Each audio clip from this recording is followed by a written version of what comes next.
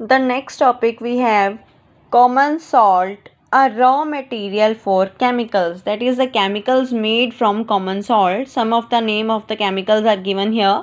Common salt is important raw material for various materials. For example, one is sodium hydroxide, number 2 baking soda, washing soda, bleaching powder. These are the important terms which contains a main common ingredient, that is the common salt, NaCl. The first one which we will discuss here is a sodium hydroxide, and the formula for this is NaOH, that is sodium hydroxide. Now how it's formed?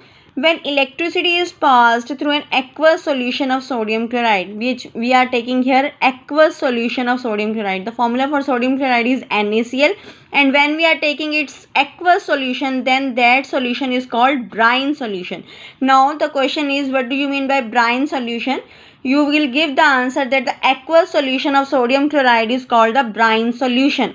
Now what will happen?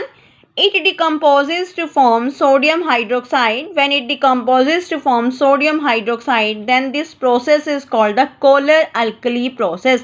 It is a naming process. It's an important process. What do you mean by Kohler-Alkali process?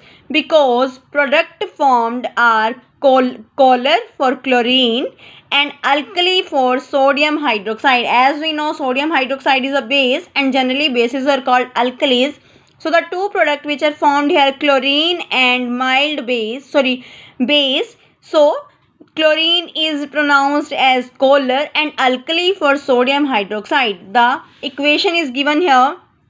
2NaCl plus 2H2O give you 2NaOH, that is sodium hydroxide with the evolution of chlorine or hydrogen gas. Now the reaction is given here. It can be explained as chlorine gas is given off at anode and hydrogen gas is at cathode. Sodium hydroxide is formed near cathode as shown in figure 2.8 in textbook.